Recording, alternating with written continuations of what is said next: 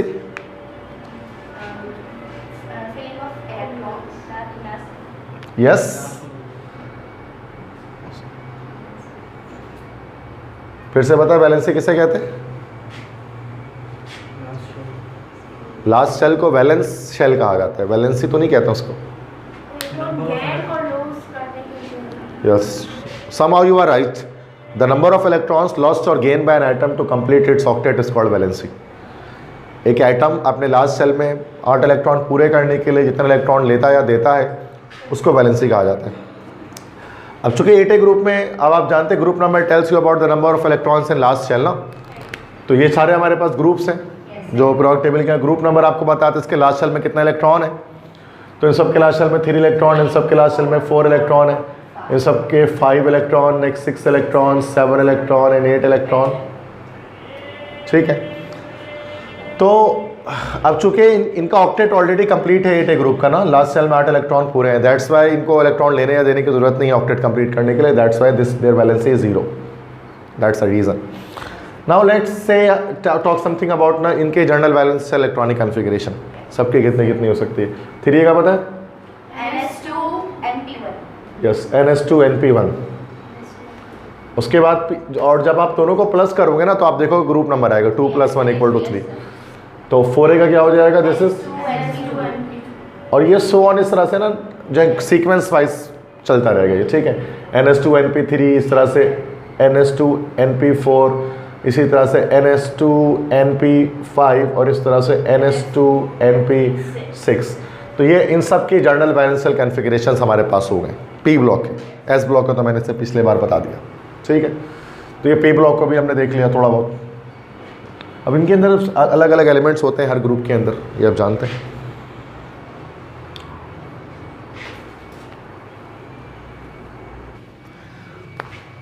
तो अब जो टॉपिक हम डिस्कस करने वाले हैं, this topic is called trends in periodic table. ठीक है, तो ये हम इसको ग्रुप ट्रेंड्स भी कहते हैं, पीरियोडिक ट्रेंड्स भी कहते हैं. ठीक है, तो आज हम ग्रुप ट्रेंड्स को या फिर पीरियोडिक ट्रेंड्स को डिस्कस करने वाले हैं, और ये मेन बड़ा टॉपिक है आज का. ठीक है, पीरियोडिक ट्रेंड्स. पीरियोडिक ट्रेंड्स का मतलब क्या होता है कि पीरियोडिक टेबल पर अगर आप टॉप से बॉटम जाएं या फिर अगर आप लेफ्ट से राइट जाएं, तो डिफरेंट प्रॉपर्टीज़ में किस तरह से वेरिएशंस आ रही होती हैं, उसको पीरियोडिक ट्रेंड कहा जाता है. ठीक है, तो पीरियोडिक ट्रेंड की डेफिनेशन हो जाएगी कि the variation in the properties of elements from top to bottom और left to right in a periodic table. ठीक है, तो this is the definition of periodic trends, कि जब हम पीरियोडिक टेबल में टॉप से बॉटम जाएं या लेफ्ट से राइट जाएं, तो फिर जो चेंजिंग्स देखने में आए डिफरेंट प्रॉपर्टीज़ के अंदर, मुख्तलिफ तरह की प्रॉपर्टीज़ के अंदर, उन्हें कहा जाता है पीरियोडिक ट्रेंड्स, या ग्रुप ट्रेंड्स भी कहते हैं उसको, trends in the periodic table भी कहते हैं उसको, अलग अलग नामों से आप वाकिफ़ हैं उसके अंदर. ठीक, और इसके अंदर काफ़ी सारे ट्रेंड्स डिस्कस करते हैं. तो देखो आज हम क्या क्या डिस्कस करेंगे, कितने ट्रेंड्स को डिस्कस करेंगे. आज हम डिस्कस करेंगे first one that is atomic radius, atomic size भी जिसको आप कहते हैं, this is the same thing, atomic radius या एटॉमिक साइज एक ही बात है। सेकंड हम लोग डिस्कस करेंगे इसके अंदर, this is called ionic radius, ionic radius को डिस्कस किया जाएगा। थर्ड डिस्कस करेंगे हम लोग, दिस इज आयोनाइजेशन पोटेंशियल, जिसको आयोनाइजेशन एनर्जी भी कहा जाता है। फोर्थ डिस्कस करेंगे, this is called electron affinity, electron affinity. Number 5 discuss करेंगे, this is called electronegativity. Number 6 discuss करेंगे, this is called electropositivity. Number 7 हम लोग डिस्कस करेंगे इसके अंदर, this is called hydration energy. और नंबर 8 डिस्कस करेंगे हम लोग, this is called melting point and boiling points. तो ये सिलेबस के लिहाज से आपको ये सारे ट्रेंड्स पढ़ने हैं पीएमडीसी के, ठीक है। तो ये ट्रेंड्स हमें पढ़ने हैं, atomic radius, ionic radius, ionization potential, electron affinity, electronegativity, electropositivity, hydration energy, melting point, boiling point के टॉप से बॉटम और लेफ्ट से राइट इनके अंदर क्या चेंजिंग्स आती हैं, क्या तब्दीलियाँ आती हैं।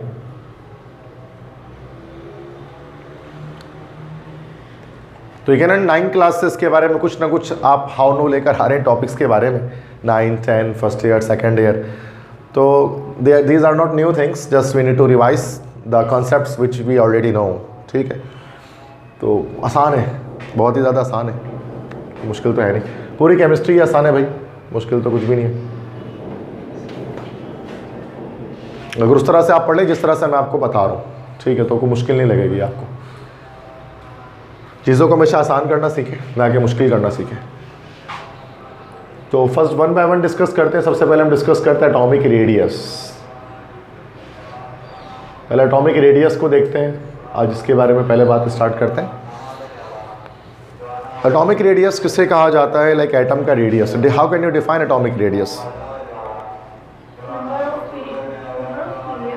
Number of periods, no. What is radius? Valence shell, just right, that simple. Radius अगर आप जानते हैं, सर्कल, एटम जो है स्फेरिकल होता है, सर्कुलर होता है, और whenever there is a circle, तो वहाँ सेंटर से लेकर इसके जो है ना कॉर्नर सर्कमफेरेंस तक, अगर सर्कल की बात करें तो उसके सेंटर से सर्कमफेरेंस तक का डिस्टेंस ही हमारा जो है वो रेडियस कहलाता है, ठीक है। तो अब एटम के साथ भी, एटम के सेंटर में अब क्या होता है, उसके सेंटर में न्यूक्लियस होता है और ये उसका लास्ट शेल होता है, वैलेंस शेल होता है। तो बिल्कुल सही कह रहे हो आप, न्यूक्लियस से लेकर लास्ट शेल तक का distance, that is called atomic radius, right. तो the distance from nucleus to the last shell of atom is called atomic radius और atomic size, ठीक है। तो न्यूक्लियस से लेकर लास्ट सेल तक का डिस्टेंस किसी एटम के, वो हमारे पास एटॉमिक रेडियस या एटॉमिक साइज कहलाता है, ठीक है। अच्छा, नेक्स्ट इसकी देखते हैं कि इसकी यूनिट क्या होती है भाई। What is the unit of atomic radius? तो यूनिट क्या होती है पता है किसी को? No, not at all, angstrom. इसकी यूनिट थी एंगस्ट्रॉम, जिसको हम इस तरह ए लिखते हैं, के ऊपर एक सर्कल ड्रॉ कर देते हैं, इसे ना, दिस इज एंगस्ट्रॉम। एंगस्ट्रॉम इसकी यूनिट होती है। और conversion factors you need to know. Conversion factor क्या होता है कि 1 angstrom is equal to 10 to the power -10 metre और 10 to the power -8 centimetre. So ये बहुत एक स्मॉल यूनिट होती है, चूँकि एटम बहुत छोटे होते हैं, एटम्स का साइज़ बहुत छोटा होता है, तो दैट्स वाई क्या किया जाता है कि उनको हम बजाय मीटर या सेंटीमीटर में नापने के, हम उनका एंगस्ट्रॉम में नापते हैं। जैसे कि जब हाइड्रोजन के एटम के रेडियस बताना होता है तो हम कहते हैं 0.529 एंगस्ट्रॉम। तो फर्स्ट टाइम में आपने पढ़ा होगा बोर्स एटॉमिक मॉडल के अंदर, तो एंगस्ट्रॉम में बताते हैं ना 0.529 एंगस्ट्रॉम, ठीक है। फिर जब हमें रेडियस निकालना होता था बाकी ऑर्बिट्स का, तो हम 0.529 से n² को मल्टीप्लाई कर देते, याद है ना ये। तो फार्मूला आप लोगों ने पढ़ा होगा Rn = n² मल्टीप्लाई बाई 0.529 और उसका आंसर हमेशा एंगस्ट्रॉम में आता था, याद होगा यकीन, ठीक है। तो ये एंगस्ट्रॉम में इसको नापा जाता है बेटा। ओके, नेक्स्ट उसके बाद देखते हैं कि इसके फैक्टर्स क्या होते हैं, बिकॉज सब में ये सारी चीज़ें आपको करनी पड़ेंगी, डेफिनेशन, यूनिट, फैक्टर्स, ट्रेंड सब में आएंगी। फैक्टर्स और बहुत मोस्ट इंपॉर्टेंट एमसीक्यूज जो है प्योर ट्रेंड से निकलते हैं। ट्रेंड से सबसे ज़्यादा इंपॉर्टेंट एमसीक्यूज आते हैं कि बताएं सबसे ज़्यादा साइज़ किसका है, सबसे कम साइज़ किसका है, सबसे हाईएस्ट आईपी किसकी है, सबसे हाईएस्ट मेल्टिंग पॉइंट किसकी है। तो वो कुछ ना कुछ उसमें आस्क कर रहे होते हैं, चूँकि बहुत सारे एमसीक्यूज बन सकते हैं इसके अंदर। फैक्टर्स क्या है बेटा? फैक्टर्स, दो फैक्टर्स इसके अंदर देखेंगे। सबसे पहले हमारे पास जो एटॉमिक रेडियस है, it is directly proportional to number of shells. बिल्कुल सही है ना भाई, नंबर ऑफ शेल्स बढ़ेंगे तो एटॉमिक रेडियस बढ़ेगा, नंबर ऑफ शेल कम होंगे एटॉमिक रेडियस कम हो जाएगा। और दूसरी चीज, atomic radius is inversely proportional to what? Inversely proportional to nuclear charge. Nuclear charge के इनवर्सली प्रोपोर्शनल होता है। और न्यूक्लियर चार्ज मतलब नंबर ऑफ प्रोटॉन्स हम इसको कह सकते हैं, न्यूक्लियर चार्ज भी कह सकते हैं, और we can say it number of protons, क्योंकि प्रोटॉन्स की वजह से न्यूक्लियर चार्ज आता है। या फिर हम इसे एटॉमिक नंबर भी तो कह सकते हैं, atomic number is actually the number of protons. ये तीनों एक ही बातें, न्यूक्लियर चार्ज आता है प्रोटॉन्स की वजह से तो नंबर ऑफ प्रोटॉन्स, और number of protons atomic number को कहा जाता है। तो एटॉमिक रेडियस एटॉमिक नंबर के नंबर ऑफ प्रोटॉन के न्यूक्लियर चार्ज के इनवर्सली प्रोपोर्शनल होता है। जब न्यूक्लियर चार्ज बढ़ता है तो एटॉमिक रेडियस कम होता है। अब इसी फैक्टर्स की मदद से क्या होता है बेटा, हम लोग ट्रेंड निकाल लेते हैं। इन्हीं फैक्टर्स को देखते हुए ट्रेंड्स आ जाते हैं हमारे पास। तरीका देख लें किस तरह से हम सोचते हैं इन चीज़ों के बारे में। ट्रेंड से मुराद यही कि क्या टॉप से बॉटम, लेफ्ट से राइट का क्या ट्रेंड है। तो बहुत आसान सी बात है, शॉर्ट में बात करेंगे, कोई लंबी कहानी नहीं बयान करेंगे। टॉप से बॉटम जब हम जाएंगे तो एटॉमिक रेडियस क्या होगा हमारा, इंक्रीज के डिक्रीज? इंक्रीज होगा। क्यों इंक्रीज होगा? Due to increase in number of shells. लेकिन यही अगर हम लेफ्ट से राइट जाएंगे तो क्या होगा? एटॉमिक रेडियस डिक्रीज होगा। क्यों डिक्रीज होगा? न्यूक्लियर चार्ज है वो इंक्रीज हो रहा होता है, ठीक है। अब इसी चीज़ को मैं समझा देता हूँ आपको। लाइक इसको अगर हम ग्रुप अगर हम देख लें एस ब्लॉक और पी ब्लॉक को, लाइक लिथियम है, lithium, sodium, potassium, rubidium, caesium, francium. इसी तरह से ये हमारे पास है बेटा, this is beryllium, magnesium, calcium, strontium, barium, radium. तो ये हमारे पास ग्रुप 1A हो गया, ये ग्रुप 2A हमारे पास हो गया। अब आपको पता ही है हमारे पास पीरियड नंबर्स हैं, पीरियड्स चले ना इसमें, that these are the period numbers, second period, third period, fourth period, fifth period, six period, seven period. And period number tells you about the number of shells, है ना भाई। Group number, जैसे group number आपको बताता है number of electron in last shell, while period number tells you about the number of shells in an atom. एक atom में कितने शेल होंगे पीरियड नंबर आपको बताएगा। इसमें 2 शेल, इसमें 3, इसमें 4, इसमें 5, इसमें 6 और इसमें 7, ऐसा ही है। अब इसके लिहाज से देखा जाए तो सबसे इन सारे में से स्मॉलेस्ट एटम, सबसे छोटा एटम कौन सा होगा हमारे ग्रुप में? लिथियम स्मॉलेस्ट होगा। और सबसे बिगेस्ट कौन सा होगा? फ्रेंशियम होगा, ठीक है। तो उसका मतलब ये होगा जब हम टॉप से बॉटम जाएंगे तो एटॉमिक रेडियस बढ़ेगा। क्यों बढ़ रहा है? चूँकि नंबर ऑफ शेल्स बढ़ रहे हैं, सिंपल। सही, सेम यही 2A ग्रुप के अंदर भी होगा, और 3A, 4A, 5A, 6A, 7A सब में ऐसा होगा। सिर्फ ग्रुप 1A के साथ नहीं, तमाम ग्रुप्स के साथ ये कि टॉप से बॉटम जाते हुए एटॉमिक रेडियस इंक्रीज होता है, एक्सेप्शन नहीं है उसके अंदर कोई, ठीक है। लेकिन जब हम लेफ्ट से राइट जाते हैं तो अब देखो ट्रेंड के अंदर तब्दीली आती है। जैसे सोडियम, मैग्नीशियम, इसके बाद आगे इससे आगे जाते हैं 3A ग्रुप में, तो फिर हमारे पास आ जाता है दैट इज़ के, जैसे ऊपर ले लेते हैं, बोरॉन है, कार्बन है, नाइट्रोजन है, ऑक्सीजन है, फ्लोरीन है, ठीक है। अभी हमारे पास this is group 3, group 4, group 5, group 6, group 7। अब जब हम इसमें लेफ्ट से राइट जाएंगे यहाँ से यहाँ, तो शेल्स तो सब में 2 है, क्योंकि सेकंड पीरियड में। तो क्या सबके एटॉमिक रेडियस बराबर रहेंगे, सेम रहेंगे? क्यों भाई, शेल तो सब में 2 हैं। न्यूक्लियर चार्ज इंक्रीज हो रहा है, यस यू आर राइट। जैसे कि यहाँ पर 3, 4, 5, 6, 7, ये ना एटॉमिक नंबर्स इनके 9। अब चूंकि एटॉमिक नंबर्स बढ़ रहे हैं, चूंकि एटॉमिक नंबर बढ़ रहे हैं तो नंबर ऑफ प्रोटॉन्स बढ़ रहे हैं, और नंबर ऑफ प्रोटॉन्स बढ़ रहे हैं, न्यूक्लियर चार्ज बढ़ रहा है। न्यूक्लियर चार्ज बढ़ने से होगा क्या कि वो लास्ट सेल के जो इलेक्ट्रॉन्स हैं उनको क्या करेगा? खींचेगा अपनी तरफ, अट्रैक्ट करेगा, जिसकी वजह से कंप्रेशन होगी, कॉन्ट्रैक्शन होगी,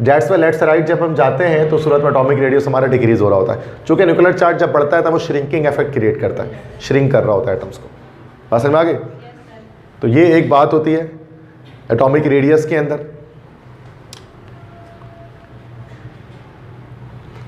तो अगर मैं 7A ग्रुप की बात करूं, फ्लोरीन, क्लोरीन, ब्रोमीन, आयोडीन, एस्टेटीन, इसमें अगर मैं आपसे बोलूं 7A ग्रुप के अंदर बताइए सबसे स्मॉलेस्ट एटम कौन सा है, तो फ्लोरीन है. और सबसे बिगेस्ट आयोड, वैसे 80 भी लिख दिया मैंने, तो एस्टेटीन, आयोडीन तक नहीं है, एस्टेटीन इज द बिगेस्ट वन. ठीक है. अच्छा मैं एक और आपको एक बात बता दूं, एक चीज़ हमारे पास होती है ना कि जिसको हम लोग कहते हैं, this is called as diagonal relationship. ये भी पढ़ा होगा आपने, डायगोनल रिलेशनशिप. डायगोनल, अगर आपको कोई कॉन्सेप्ट कोलैप्स कर रहा है ना तो आप लाजमी मुझसे पूछेंगे कि सर हमने तो ये पढ़ा है, हमने ऐसी चीज़ पढ़ी है, हमने क्लासरूम में ऐसा पढ़ा है. और कभी कभार होता है समटाइम कॉन्सेप्ट जो है ना वो कोलैप्स करते हैं, मिक्स हो जाते हैं, तो आप पूछ सकते हैं, मैं आपको बता दूंगा डिटेल में. ठीक है. क्योंकि अब हर टीचर के पढ़ाने का तरीका थोड़ा डिफरेंट होता है. ठीक है. तो वो अंदाज़ अलग होता है, बात एक ही कर रहे होते हैं बट अलग अंदाज से. डायगोनल का मतलब क्या होता है, लाइक 45 डिग्री, 45 डिग्री के जो कट होते हैं ना, ये दैट इज़ 45 डिग्री हमारे डायगोनल कहलाता है. इसको हम लोग कहते हैं डायगोनल. और डायगोनल रिलेशनशिप का मतलब पीरियोडिक टेबल में जो डायगोनल के एलिमेंट्स होते हैं ना, उन डायगोनल के एलिमेंट्स के हमारे पास क्या होते हैं बेटा, कि सिमिलर प्रॉपर्टीज़ होती हैं. ऐसे ही होता है. तो अक्सर ये भी पूछा जाता है डायगोनल एलिमेंट्स के बारे में कि which is the diagonal element. जैसे कि मैं आपको दिखाता हूँ यहाँ पर डायगोनल अगर मैं ड्रॉ करूँ, अब लिथियम है ना, लिथियम का डायगोनल रिलेशनशिप किससे बन रहा है, मैग्नीशियम से बन रहा है. तो लिथियम और मैग्नीशियम की प्रॉपर्टीज़, एटॉमिक रेडियस वगैरह ये लगभग सेम होंगी. इसी तरह सोडियम का डायगोनल किससे बन रहा है, कैल्शियम से बन रहा है. तो सोडियम और कैल्शियम की प्रॉपर्टीज़ लगभग सेम होंगी. तो जो एलिमेंट्स डायगोनल में हमारे पास आ रहे होते हैं तो उनकी प्रॉपर्टीज़ क्या होती है, सिमिलर होती हैं, एक जैसी होती हैं. इसी को डायगोनल रिलेशनशिप कहा जाता है एलिमेंट्स की. तो ट्रेंड्स याद रखिएगा, हमेशा टॉप से बॉटम के, लेफ्ट से राइट का होता है, कभी भी 45 डिग्री का नहीं होता है. क्योंकि 45 डिग्री पे तो ट्रेंड आएगा ही नहीं, वो तो सेम प्रॉपर्टी आती जाएगी सबकी. तिरछे में अगर हम आएंगे, जैसे कि लिथियम मैग्नीशियम में कंपैरिजन करने का आ जाए तो ये कंपैरिजन नहीं हो सकता, क्योंकि इनकी प्रॉपर्टी लगभग सेम होगी. लिथियम और सोडियम में हो सकता है, बेरिलियम और मैग्नीशियम में हो सकता है, सोडियम और मैग्नीशियम में हो सकता है, लेकिन लिथियम और मैग्नीशियम या सोडियम और कैल्शियम में नहीं हो सकता है. इनकी प्रॉपर्टी सेम आएंगे चूँकि डायगोनल में. बस समझ में आ गए. आयनिक रेडियस की डेफिनेशन क्या हो जाएगी, simple, this is the radius of ion, है ना भाई. आयन का रेडियस, आयनिक रेडियस. आयन किसे कहा जाता है, what is an ion. Yes बिल्कुल सही. तो आयन किसे कहते हैं, that is actually a charged particle. Charged particle, बिल्कुल सही. पहली चीज़ तो ये समझ में आ गया कि चार्ज पार्टिकल जो है वो एक आयन होता है. और हमें ये एक फ़र्क समझ में आना चाहिए कि एटम वर्सेस आयन का, कि एटम और आयन में हमारे पास क्या डिफरेंस होता है. What is the difference between atom and ion, पता है. Yes right, correct. Yes, ion is actually charge, it may be positive और नेगेटिव. ठीक है. तो बस ये एक सिंपल फ़र्क होता है. एटम न्यूट्रल क्यों होता है, एटम पे चार्ज क्यों नहीं होता कोई. इसको सिंपल ये कह सकते हैं कि उसके प्रोटॉन्स और इलेक्ट्रॉन्स बराबर होते हैं एटम के अंदर. Number of protons is equal to number of electrons. तो जो पॉजिटिव और नेगेटिव चार्जेस होते हैं वो दोनों बेटा बराबर होते हैं, सेम होते हैं. जिसकी वजह से क्या होता है कि कैंसिल आउट हो जाते हैं. कि जैसे मिसाल के तौर पर फॉर एग्जाम्पल कोई भी एग्जाम्पल ले लेते हैं, सोडियम ले लेते हैं एग्जाम्पल में, Na. अब सोडियम के पास प्रोटॉन है 11 और उसके पास इलेक्ट्रॉन भी कितने हैं, 11 है.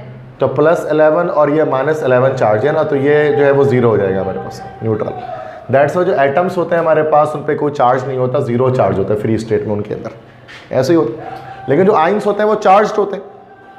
चार्जेस आते हैं वो पॉजिटिव नेगेटिव कोई भी चार्ज आ सकता है. और आयन एटम से ही बनते हैं, ठीक है ना. तो चार्ज जो आते हैं, चार्ज अब हमें पता है कि हमारे पास आयन दो तरह से होता है, पॉजिटिव आयन भी हो सकता है और नेगेटिव आयन भी हो सकता है. पॉजिटिव आयन को और क्या कहा जाता है, भूल गए, कैटाइन. और नेगेटिव आयन को एनाइन. बिल्कुल सही. अच्छा, कैटाइन कैसे बनता है, लॉस या गेन ऑफ इलेक्ट्रॉन से, लॉस ऑफ इलेक्ट्रॉन से, राइट. जब एटम इलेक्ट्रॉन को लॉस करता है तो कैटाइन बनता है, और जब गेन ऑफ इलेक्ट्रॉन होता है तो फिर एनाइन. बिल्कुल ठीक है, बिल्कुल ऐसा ही है. अब जैसे सोडियम है, सोडियम ने अगर एक इलेक्ट्रॉन अगर लॉस कर देगा अपना तो वो क्या बन जाएगा, Na+ साइन बन जाएगा, Na+1. और क्लोरीन अगर एक इलेक्ट्रॉन गेट कर लेगा तो क्या हो जाएगा, Cl माइनस आइन बन जाएगा, तो ये कैटाइन, ये एनाइन हो गया हमारे पास। तो ये आइंस कहलाते हैं जो एटम से डिफरेंट होते हैं। तो आइंस का भी रेडियस होता है। अच्छा, आइंस का रेडियस एटम जैसा नहीं होता, वो डिफरेंट होता है। इसमें ट्रेंड्स वगैरह नहीं याद रखनी होती हैं, ट्रेंड्स तो एटॉमिक रेडियस वाले ही चलता है इसके अंदर। जो मेन चीज़ जो मैं आपको बताना चाह रहा हूँ, जो आपको याद रखनी है, वो क्या याद रखनी है कि जो कैटाइंस हैं they are smaller than their parent atom. ठीक है, जैसे कि तो ये पॉइंट याद रखना है कि cations are smaller than their parent atom. Cations अपने पेरेंट एटम से जो है वो स्मॉलर होते हैं, छोटे होते हैं। मिसाल के तौर पे लेट से अगर हम बात करते हैं कैटाइन की, Na+ की बात करें और ये Na सोडियम है जिसके ऊपर कोई चार्ज नहीं है, तो Na+ का जो आयनिक रेडियस होगा वो लेस देन होगा सोडियम के। ऐसा क्यों होगा? Why this happens? तो इलेक्ट्रॉन लॉस करने से क्या होगा?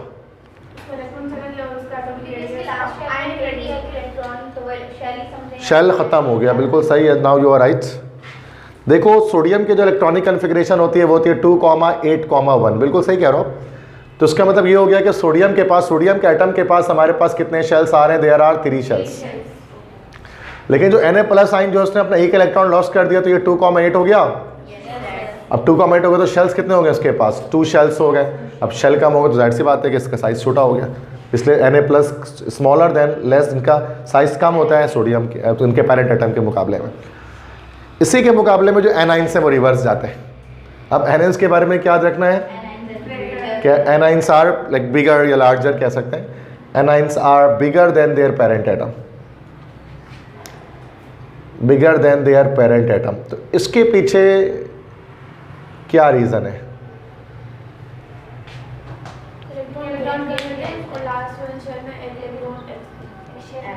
एक मिनट, चले मैं आपको मिसाल दे देता हूँ, रुक जाएं। जैसे Cl है, Cl माइनस और ये Cl है 0, ठीक है। अब Cl है, क्लोरीन है, एटॉमिक नंबर 17 होता है, तो फर्स्ट शेल में 2 इलेक्ट्रॉन्स, सेकंड शेल में 8 इलेक्ट्रॉन और थर्ड शेल में 7 इलेक्ट्रॉन आएंगे, ऐसे ही। और Cl माइनस है तो ये 1 इलेक्ट्रॉन गेट कर रहा है, तो ये 2,8,8 हो जाएगा ये। इसके पास कितने शेल है भाई? 3 शेल्स हैं। इसके पास कितने शेल है भाई? तो इनका साइज तो बराबर होना चाहिए, इनका तो इक्वल टू होना चाहिए ना भाई, कि Cl minus equal to Cl, मतलब जो क्या, हाँ, तो उससे क्या फ़र्क पड़ता है? शेल तो सेम है ना भाई, जो चीज़ यहाँ लगा रहे थे वो लॉजिक यहाँ तो ना। हाँ, अगर उसके पास शेल 2 4 हो जाते तो हम बोल सकते हैं no, this is not the correct way. Yes,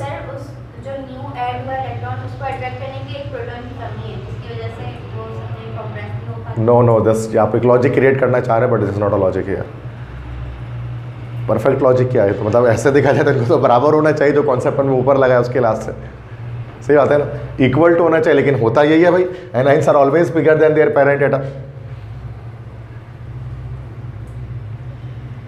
अब इसको देखो, रीजन बड़ा सिंपल इसके पास है ना। तो आगे, हाँ यस, तो किससे फर्क क्या पड़ेगा? इससे साइज क्यों छोटा हो जाए? कहने का मतलब एनाइन बड़ा कैसे हो जा रहा है इससे? वो तो मैं देख रहा हूँ कि हाँ भाई ये कुछ चेंजिंग आ रही है, लेकिन इस लॉजिक तो नहीं क्रिएट हो रही ना इसके। हम हाँ, अगर ये होता है कि एक शेल अगर इसमें बढ़ जाते, 4 शेल हो जाते, तो हम मान लेते। यहाँ तो शेल्स बढ़ ही नहीं रहे ना, शेल्स उतना ही है, तो वो लॉजिक तो क्रिएट नहीं हो पा रहा ना। मतलब इसमें तो लॉजिक क्रिएट हो रहा है, इसमें तो नहीं हो पा रहा। बल्कि रट्टा मारने में तो याद कर लेंगे हम कि याद कर लिया, बट इससे काम तो नहीं बनता ना। कितनी चीज़ें याद करेंगे? 3 4 5 6, उसका ख़त्म। कॉन्सेप्ट क्या होता है, 1000 भी आप दिमाग में डाल सकते हैं। तो देखो, anions are bigger than their parent atom, क्यों भाई? Due to the repulsion of electrons in last shell and second last shell. That's the reason here. होता क्या, आप देखें यहाँ पर, यस, इसमें 8 लास्ट शेल में 7 इलेक्ट्रॉन, सेकंड लास्ट में 8 इलेक्ट्रॉन। इसमें लास्ट शेल में भी 8 इलेक्ट्रॉन, सेकंड लास्ट शेल में भी 1 इलेक्ट्रॉन। अब आपको पता है कि इलेक्ट्रॉन्स का चार्ज होता है नेगेटिव, और नेगेटिव चार्जेस एक दूसरे को रिपल करते हैं, रिपल्जन करते हैं, जो कि सेम चार्जेस हैं। अब इसमें रिपल्जन जो है वो कम होगी, लेस रिपल्जन होगी ना भाई, क्योंकि इसमें इलेक्ट्रॉन्स कम है, 8 में 1 में 7 है, तो इसमें यहाँ पर हम कह सकते हैं कि इसके अंदर लेस रिपल्जन होगी। लेकिन Cl माइनस के अंदर रिपल्जन ज़्यादा होगी, Yes, sir. और जब रिपल्जन होगी तो क्या होगा कि जो एक्सपेंशन हो जाएगा, साइज इंक्रीज हो जाएगा। बस समझ में आ गया, दैट्स द लॉजिक हियर, जिसकी वजह से ऐसा होता है। ठीक है, तो due to the repulsion of electron in last shell and second last shell.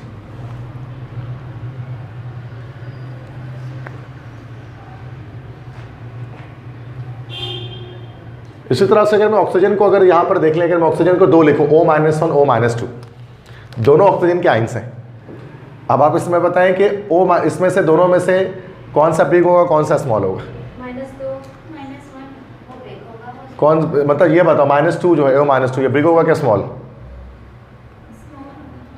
Break होगा, 2 भी स्मॉल। ओके फिर से पूछ रहे हो, ये होगा 2,8, ये हो गया 2,7। अब बताओ रिपल्जन ज़्यादा किस में है? -2 में रिपल्जन ज़्यादा है, तो ये बिग होगा और ये कैसा होगा?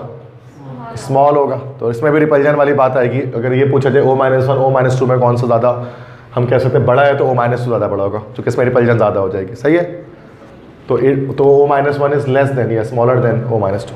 सही है, बस लिख लो उसको। नेक्स्ट हम डिस्कस करते हैं आयोनाइजेशन पोटेंशियल। इसी को हम लोग कहते हैं आयोनाइजेशन एनर्जी।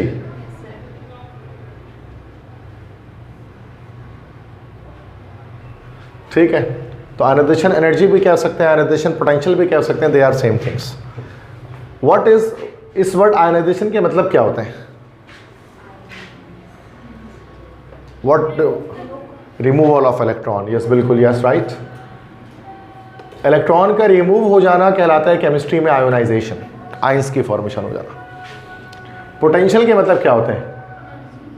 एनर्जी, बिल्कुल energy, that is potential. Energy और पावर, ताकत, तवानाई, कुव्वत, दैट इज पोटेंशियल। तो what is ionisation potential? The amount of energy for removal of electrons. Electron from the last shell of an atom. Yes right, बिल्कुल सही जवाब दिया आप लोगों ने कि the amount of energy, definition लिख देता हूँ, ये डेफिनेशन याद रखनी होगी as it is. The amount of energy which is required to remove an electron from the last shell of an atom, या वैलेंस शेल भी कह सकते हैं लास्ट शेल को, valence shell of an atom is called ionization potential. इसको in short हम IP भी कहते हैं ना भाई, आयोनाइजेशन पोटेंशियल को।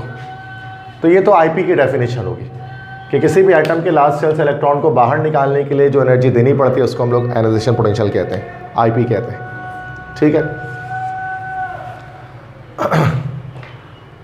अच्छा अब इसके लिहाज से इसकी यूनिट हमारे पास क्या निकल जाएगी आईपी की, पता है किसी को?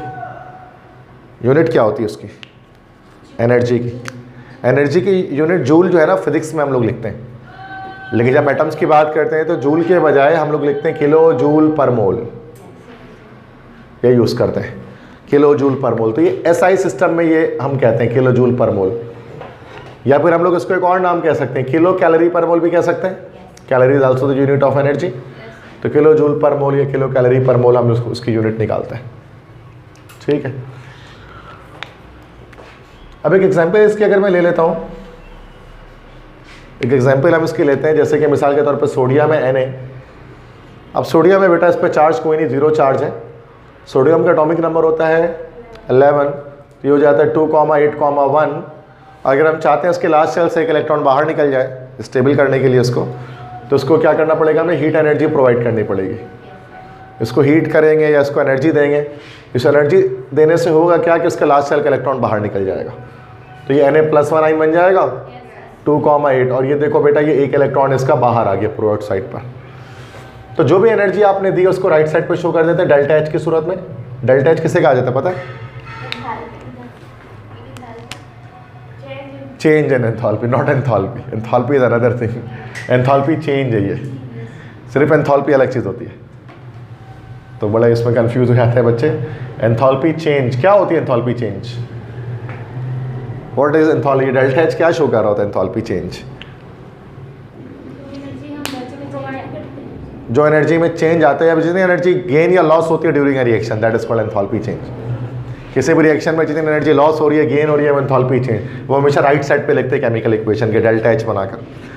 अब इसमें कोई ना कोई एनर्जी आपने इसको दी है ना, भी ये जो हीट एनर्जी आपने दी है किसी खास मिकदार में जिसने क्या इस इलेक्ट्रॉन को निकाला है, तो कुछ ना कुछ तो ये होगी, वॉट एवर होगी, लेकिन याद किसी की नहीं रखनी है आपको, नो नीड टू रिमेंबर, क्योंकि हर एलिमेंट की डिफरेंट होती है, आपको किसी एक की भी याद नहीं रखनी है, एप्टीट्यूड में नहीं पूछते हैं आपसे, बस आपको याद रखना है कि हीट होती है और प्लस किलो जूल पर मोल, इस तरह से लिख देंगे, मतलब किलो जूल पर मोल में पॉजिटिव में कोई वैल्यू आ रही होगी, मतलब पॉजिटिव किलो जूल पर मोल, मतलब चूंकि प्लस में किस लिए आ रही होगी, प्लस का क्या मतलब, डेल्टा एच की वैल्यू प्लस जब आती है तो उसका क्या मतलब होता है, गलत बता रहे हो, एंडोथर्मिक, प्लस में एंडोथर्मिक होता है, माइनस में एक्सोथर्मिक होता है, एंथैल्पी चेंज, सही है।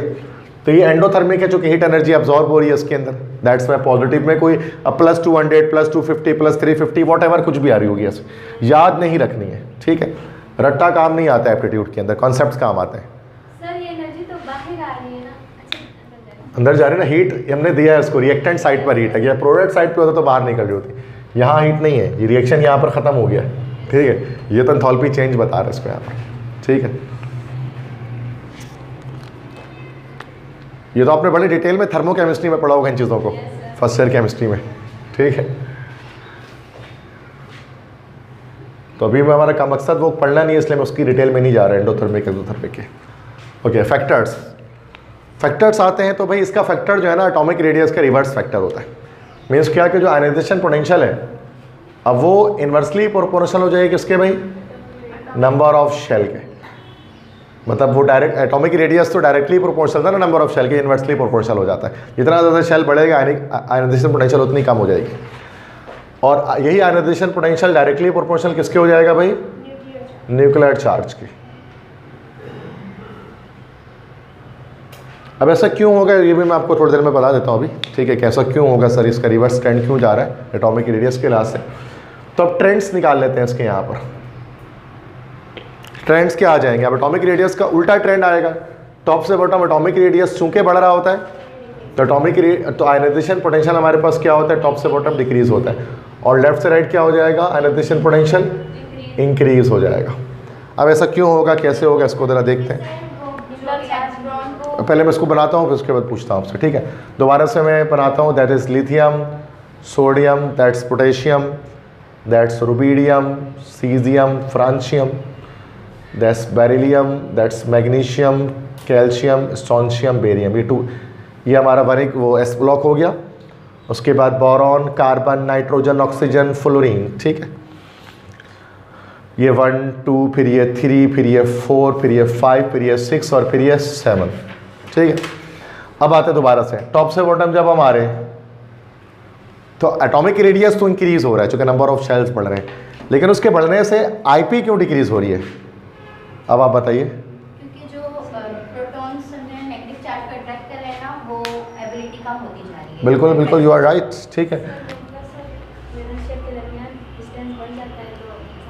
बिल्कुल बिल्कुल सही बात है। कि जो वैलेंस इलेक्ट्रॉन्स है ना, उनके न्यूक्लियस अपनी अट्रैक्शन में रखता है ना भाई, ऐसे ही है। और जितने दूर वैलेंस इलेक्ट्रॉन जाते रहते हैं, लास्ट शेल के इलेक्ट्रॉन जितने दूर जाते रहते हैं उतनी अट्रैक्शन कम होती रहती है, ठीक है, जिसकी वजह से क्या होता है कि लास्ट शेल के जो मतलब जितने बड़े एटम्स होते हैं ना, उनके लास्ट शेल के इलेक्ट्रॉन्स को निकालना ज़्यादा आसान होता है, लेस एनर्जी दे के भी आप उनको निकाल सकते हैं। दैट्स वाई आईपी डिक्रीज होती है टॉप से बॉटम, चूँकि वैलेंस इलेक्ट्रॉन न्यूक्लियस से दूर जा रहा होता है। समझ में आ गई बात। तो लेफ्ट से राइट क्यों फिर हमारे पास आईपी इंक्रीज हो रही है, तो न्यूक्लियर चार्ज इंक्रीज हो रहा है तो श्रिंक हो रहा है, तो इलेक्ट्रॉन न्यूक्लियस के करीब आ रहा है तो उसको निकालना मुश्किल हो जा रहा है। सही, क्लियर है ये वाली बात। अच्छा, इसमें एक एबनॉर्मल ट्रेंड देखने में आता है, वो भी ज़रा बता दो, फिर उसके बाद फाइनली आप एक दो बातें करूँगा, उसके बाद आप दो ट्रेंड्स, दो चीज़ें वो समझनी है, ठीक है। लाइक जैसे कि मैं लिखता हूँ बोरॉन, कार्बन, नाइट्रोजन, ऑक्सीजन। अब आईपी वैल्यू के लिहाज से बात करेंगे तो बोरॉन की जो आईपी वैल्यू के लिहाज से बात करेंगे तो बोरॉन की जो आईपी वैल्यू होगी वो कम होगी कार्बन से, सिंपल सी बात है। और कार्बन की आयनाइजेशन पोटेंशियल कम होगी नाइट्रोजन से, और नाइट्रोजन की कम होगी ऑक्सीजन से, और ऑक्सीजन की कम होगी किससे भाई, तो यही है ना भाई, लेफ्ट से राइट जा रहा है तो इंक्रीमेंट हो रही है, इसका मतलब है ऐसा ही है। बट ऐसा होता नहीं है एक जगह पर, यहाँ एक्सेप्शन है, पता है कहाँ पर, यस यहाँ पर, अगर आपने पढ़ा है। Why it happens, ऐसा क्यों होता है भाई,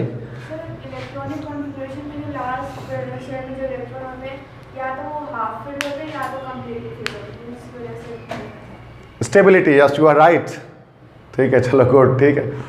तो you know all this already कि ऐसा एबनॉर्मल ट्रेंड क्यों आता है, चूँकि ये इलेक्ट्रॉनिक कन्फिग्रेशन की वजह से ऐसा होता है। जब हम नाइट्रोजन की इलेक्ट्रॉनिक कन्फिग्रेशन करते हैं तो ये हो जाता है 1s2 2s2 2p3, क्योंकि 7 होता है ना, 3 4 5 6 7। और जब ऑक्सीजन की करते हैं ये हो जाता है 1s2 2s2 2p4, ऐसे हो जाता है 1s2 2s2 2p4। अब आप देख सकते हैं जो ऑर्बिटल्स है ना वो उस वक्त स्टेबल होते हैं जब तो वो हाफ फिल हो या तो वो फुल फिल हो। अब p पर 6 आते हैं ना इलेक्ट्रॉन्स और p पर 3 आ रहे हैं, तो उसका मतलब कि ये यहाँ पर हमारे पास जो हो रहा है वो क्या हो रहा है भाई, हाफ फिल्ड हो रहा है। हाफ फिल्ड हो रहा है तो उसका मतलब स्टेबल हो जा रहा है ये। और जो एटम्स स्टेबल हो जाते हैं उनके इलेक्ट्रॉन्स को निकालना मुश्किल होता है, जबकि क्या ये हाफ फिल्ड हो रहा है, ना ये फुल फिल्ड हो रहा है, ना ये हाफ फिल्ड हो रहा है। p3 होगा तो हाफ फिल्ड होगा, p6 होगा तो फुल फिल होगा, तो ये पार्शियली फिल्ड है मतलब देखा जाए तो ये इसका मतलब कि ये हमारे पास जो है वो स्टेबल नहीं होगा, ऑक्सीजन क्या होगा, अनस्टेबल होगा। चूँकि नाइट्रोजन अपने इलेक्ट्रॉनिक कन्फिग्रेशन को देखा जाए तो वो स्टेबल होता है, दैट्स वाई इसके इलेक्ट्रॉन्स को निकालना ज़्यादा मुश्किल होता है बनस्बत ऑक्सीजन के।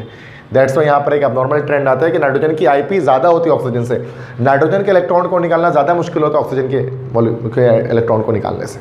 तो ये एक एबनॉर्मल ट्रेंड है, और ये ट्रेंड क्यों आ रहा है, due to electronic configuration, stability of nitrogen, ठीक है। तो ये एक बात याद रखिए कि उसके अंदर एबनॉर्मल ट्रेंड भी कभी कभार आते हैं प्रोडक्ट टेबल में, तो कैसे आता है उसको याद रखिए।